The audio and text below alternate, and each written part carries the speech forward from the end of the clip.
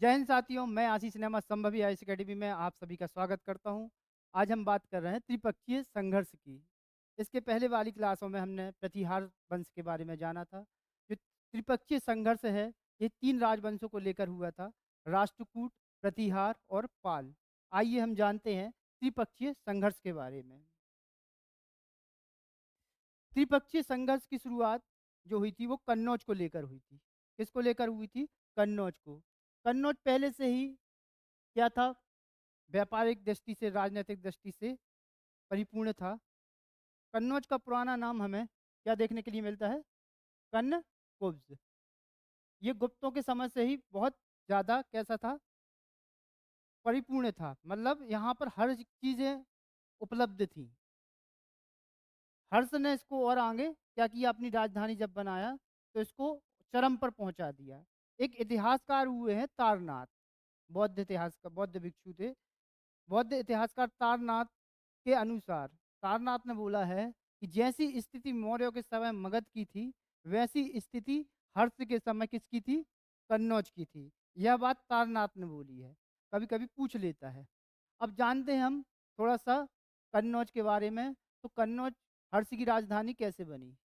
हर्ष जो थे, हर्ष की बहन का विवाह हुआ था मौखरी वंश के राजा ग्रह वर्मा से। कौन थे? ग्रह वर्मा। ग्रह वर्मा की पहले क्या राजधानी थी? कन्नौज। कन्नौज किसकी राजधानी थी? ग्रह वर्मा की। मौखरी वंश का शासक था यहाँ पर। तो इनकी शादी हुई थी हर्ष की बहन राजश्री से। ठीक है। अब ग्रह वर्मा की हत्या कौन? गौण शासक। बंगाल में किसका शासन था? गौण का। गौण शासक कौन? शशांक के द्वारा मृत्यु हो जाती। किसकी? ग्रह वर्मा की मृत्यु कौन कर देता है? शशांक। ठीक है। उसके बाद कन्नौज पर पूर्णतः किसका शासन हो जाता है? हर्ष का। जब हर्ष की यहाँ पर क्या होती है? राजनीतिक सत्ता स्थापित होती है। हर्ष इसको राजधानी बना देता है। वहीं उसके बाद हर्ष की जो लड़ाई होती है वो किससे होती है? पुलकेशन द्वितीय से। जो पुलकेशन द्वितीय हैं वो कौन से हैं? बादामी के चालुक्य वंश के राजा हैं। इन्हीं के समय पूछते हैं कि गुजरात वाले क्षेत्र में, ये वाले क्षेत्र में कौन शासन कर रहे थे? प्रतिहार सामंत थे। किनके? प्रतिहार शासक कौन था उस समय? धद्र। जो धद्र था वो क्या था? सामंत था। किसका? पुलकेशन द्वितीय क्या। यह बात हमें कहाँ से जानकारी लगी है कि ये सामंत थे? एहोल अभिलेख से, और बाणभट्ट के हर्षचरित से, और हैंसांग से। क्या पता चलता है कि जो दद्र थे, प्रतिहार शासक दद्र, किसके सामंत थे? पुलकेशन द्वितीय के। पुलकेशन द्वितीय की लड़ाई किससे हुई है? युद्ध हर्ष से हुए हैं। ठीक है। धीरे धीरे हर्ष की शक्तियां कैसी हो गई? कमजोर पड़ गई। और पुलकेशन द्वितीय भी कमजोर पड़ गए। इसका फायदा किसने उठाया? प्रतिहारों ने। और प्रतिहारों ने गुजरात के आसपास क्षेत्र में अपनी स्वतंत्र सत्ता स्थापित कर दी। क्लियर हुआ यहाँ तक? अब आते हैं कन्नौज पर। त्रिपक्षीय संघर्ष के लिए जो शुरुआत हुई, उसके बाद कन्नौज। कन्नौज पर कौन आ गए? हर्ष के बाद कौन बैठे? आयुध वंश। कौन आया? आयुध वंश आ गया। आयुध वंश के दो राजा मिलते देखने, चक्रायुध और इंद्रायुध। चक्रायुध और इंद्रायुध देखने के लिए मिलते हैं। ठीक है। वहीं यहाँ पे बता दिया प्रतिहार आ गए। अब शशांक की मृत्यु के बाद 100 साल बाद यहाँ पर कौन आए? पाल। पाल वंश कैसे आया? जो कि त्रिपक्षीय संघर्ष में भाग लेगा। पाल वंश कैसे आया? कौन सी नीति के चलते? नस्ल न्याय की नीति के चलते। क्या हुआ? एक जो सामंत था गोपाल नाम का, उसको क्या किया गया? बिठाला गया।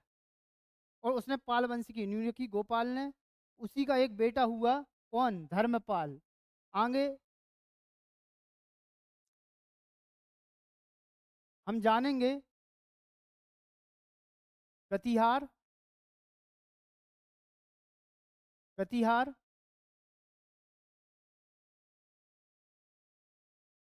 और पाल राष्ट्रकूट, जो कि दक्षिण में थे, जो कि कभी हारे नहीं थे युद्धों में। ठीक है, तो अब इन पे जानेंगे हम कि प्रतिहार शासक कौन थे, पाल शासक धर्मपाल और राष्ट्रकूट ध्रुव। प्रतिहारों में कौन थे, वत्सराज। ठीक है, तो यह युद्ध जो चला त्रिपक्षी संघर्ष का 100-150 साल तक चला।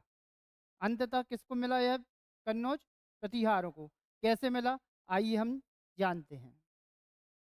ये देखो, कन्नौज हमने अभी बताया, मौखरी वंश का ग्रह वर्मा की हत्या हो गई। उसके बाद किसने की, शशांक ने की। यहाँ पर अयुध वंश आ गया, त्रिपक्षी संघर्ष शुरू हुआ, इतिहासकार तारनाथ के अनुसार हमने बताया था भी। उसके बाद मालवा प्रतिहार वत्सराज। ठीक है, 5वें वर्ष में हर्ष के समय प्रतिहार गुर्जर शासक कौन थे, दद्र थे, जो कि बादामी के चालुक्य वंशों के सामंत थे। ठीक है, अब देखो 6 चरणों में हम पढ़ेंगे त्रिपक्षी संघर्ष को। तो पहले चरण में क्या होता है कि त्रिपक्षी संघर्ष की शुरुआत प्रतिहार शासक वत्सराज का, यहाँ पर कन्नौज के शासक चक्र आयुध को हटाकर इंद्र आयुध को बिठा दिया। ठीक है, सबकी नजर कन्नौज पर क्यों थी, बता दिया ना। कन्नौज कैसा था, विस्तारित था। तो वत्सराज ने किसको बिठा दिया, चक्र आयुध को बिठा दिया, कि चक्र आयुध को हटाकर, चक्र आयुध को हटाकर इंद्र आयुध को बिठा दिया। और इसके बाद पाल शासक धर्मपाल ने किस पर आक्रमण किया, वत्सराज पर। तो वत्सराज ने धर्मपाल को भी हरा दिया। अब धर्मपाल अपनी हार क्या कर रहे थे, अस्वीकार कर रहे थे, और कहाँ चले गए, राष्ट्रकूटों के पास गए मदद मांगने। जब राष्ट्रकूटों ने क्या किया, दक्षिण पर आक्रमण किया, दक्षिण में राष्ट्रकूट थे, तो राष्ट्रकूटों ने क्या किया, कन्नौज पर आक्रमण किया। तो वत्सराज को क्या किया, परास्त किया। और किसको, वत्सराज की स्थिति कैसी हो गई, कमजोर हो गई, जिसका फायदा धर्मपाल ने उठाया और कन्नौज की गद्दी पर इंद्र आयुध को हटाकर चक्र आयुध को बिठा दिया। ठीक है, ये था पहला चरण। वहीं दूसरे चरण की बात करें तो प्रतिहार शासक नांगभट्ट द्वितीय। अब प्रतिहार शासक नांगभट्ट द्वितीय आ जाएंगे। वत्सराज क्या हो गया, हार गया था, तो दर दर भटक रहा था। उसके बाद क्योंकि उसको राष्ट्रकूटों का भय बैठ गया था, उसके बाद उसका बेटा आया कौन, नांगभट्ट द्वितीय। नांगभट्ट द्वितीय ने कन्नौज पर आक्रमण किया, और कन्नौज को पहली बार राजधानी बनाने वाला व्यक्ति कौन, प्रतिहार वंश का नांगभट्ट द्वितीय। तो नांगभट्ट द्वितीय ने क्या किया, चक्र आयुध को और तथा धर्मपाल को पराजित किया और कन्नौज को अपनी राजधानी बनाया। इस चरण में कोई भी राष्ट्रकूट ने भाग नहीं लिया था। क्या, इस चरण में कोई भी राष्ट्रकूटों ने भाग नहीं लिया था। बात करें तीसरे चरण की, तो नांगभट्ट द्वितीय को कन्नौज की गद्दी से हटाने के लिए धर्मपाल तथा चक्र आयुध ने राष्ट्रकूट शासक गोविंद तृतीय द्वितीय, गोविंद द्वितीय को क्या किया, आमंत्रित किया कि तुम्हारे जो वंशज थे, तुम्हारे जो पूर्वज थे, वो कभी किसी से हारे नहीं, और कन्नौज पर हमेशा उन्होंने अपना जीत हासिल की है। तो गोविंद द्वितीय इस उसमें बिल्कुल भावुकता में बह गए कि हाँ, उनके अंदर जोश भर दिया कि हाँ यार, हमारे परिवार से कोई हारा ही नहीं है। और वो क्या किए, उत्तर पर आक्रमण किया और फिर वहाँ से वापस आ गए। क्यों, क्योंकि यहाँ छोटे छोटे राजवंश उनको परेशान कर रहे थे, पांड्य चेल वगैरह यहाँ परेशान कर रहे थे, तो राष्ट्रकूट जाते थे, मारते थे, फिर वापस आ जाते थे। ठीक है, तो अब गोविंद द्वितीय से पराजित हुआ कौन, नांगभट्ट द्वितीय, और कन्नौज पर अधिकार कर पुनः दक्षिण वापस लौट गया, जिससे पुनः पालों ने कन्नौज पर नियंत्रण स्थापित कर लिया। अब कन्नौज पर पालों का अधिकार हो गया तीसरे चरण में। वहीं चौथे चरण की बात करें तो इस चरण में प्रतिहार शासक रामभद्र। अब देखो, इस चरण में प्रतिहार शासक कौन है, रामभद्र है। वहीं पाल शासक कौन देखने के लिए मिल रहा, देवपाल। और देवपाल ने प्रतिहार शासक रामभद्र को क्या कर दिया, पराजित कर दिया। और राष्ट्रकूट शासक इस समय अमोघ वर्ष हैं। क्या क्या? रामभद्र बहुत ही कमजोर था, प्रतिहार शासक रामभद्र कमजोर हुआ। इस समय चौथे चरण में पाल वंश के शासक देवपाल बहुत पावरफुल था, बहुत शक्तिशाली था। और उस समय राष्ट्रकूट शासक कौन है? अमोघ वर्ष। तो चौथे चरण में आते आते मिहिरभोज, अब रामभद्र क्या हो गया? खत्म। अब उसके बाद कौन आ गया प्रतिहार में? मिहिरभोज। पहले पाल शासक देवपाल से क्या हुआ? पराजित हुआ।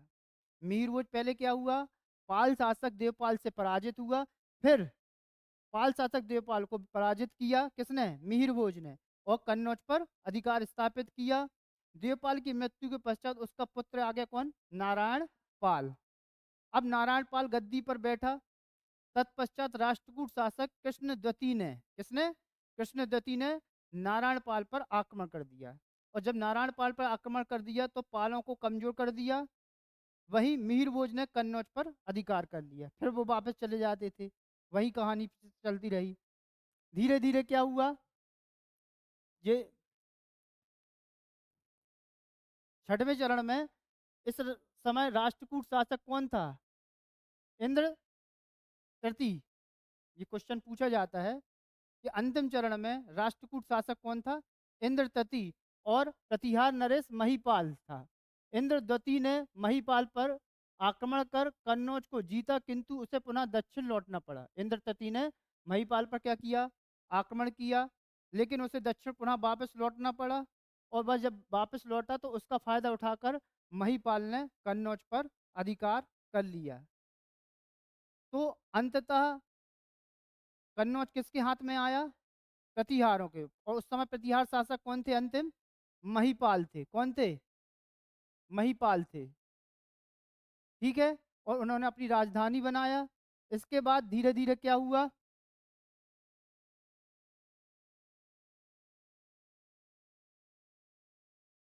नीचे राष्ट्रकूटों की शक्ति भी कैसी हो गई? क्षीण हो गई। और इनके बाद यहाँ पर कौन आ गए? पल्लव वंश आ गया, दंती दुर्ग वगैरह। कहाँ पर? दक्षिण में। इस समय जो परमार थे, परमार जो थे, पहले वो राष्ट्रकूटों के सामंत थे। क्या थे? राष्ट्रकूटों के सामंत थे। लेकिन उन्होंने देखा कि अब राष्ट्रकूटों की शक्ति कैसी हो रही है? कमजोर पड़ रही है। तो वो किसके सामंत बन गए? प्रतिहारों के। और उन्हें मालवा के आसपास का क्षेत्र क्या हुआ? सामंती व्यवस्था दी गई। तो वो किनके सामंत हो गए फिर? प्रतिहारों के। और धीरे धीरे जब प्रतिहारों की सत्ता कैसे होने लगी? कमजोर पड़ने लगी। तो इसका फायदा उठाकर मालवा पर परमार वंश की स्थापना होगी। तो हम आगे पढ़ेंगे मध्य प्रदेश के परमार वंश। धन्यवाद।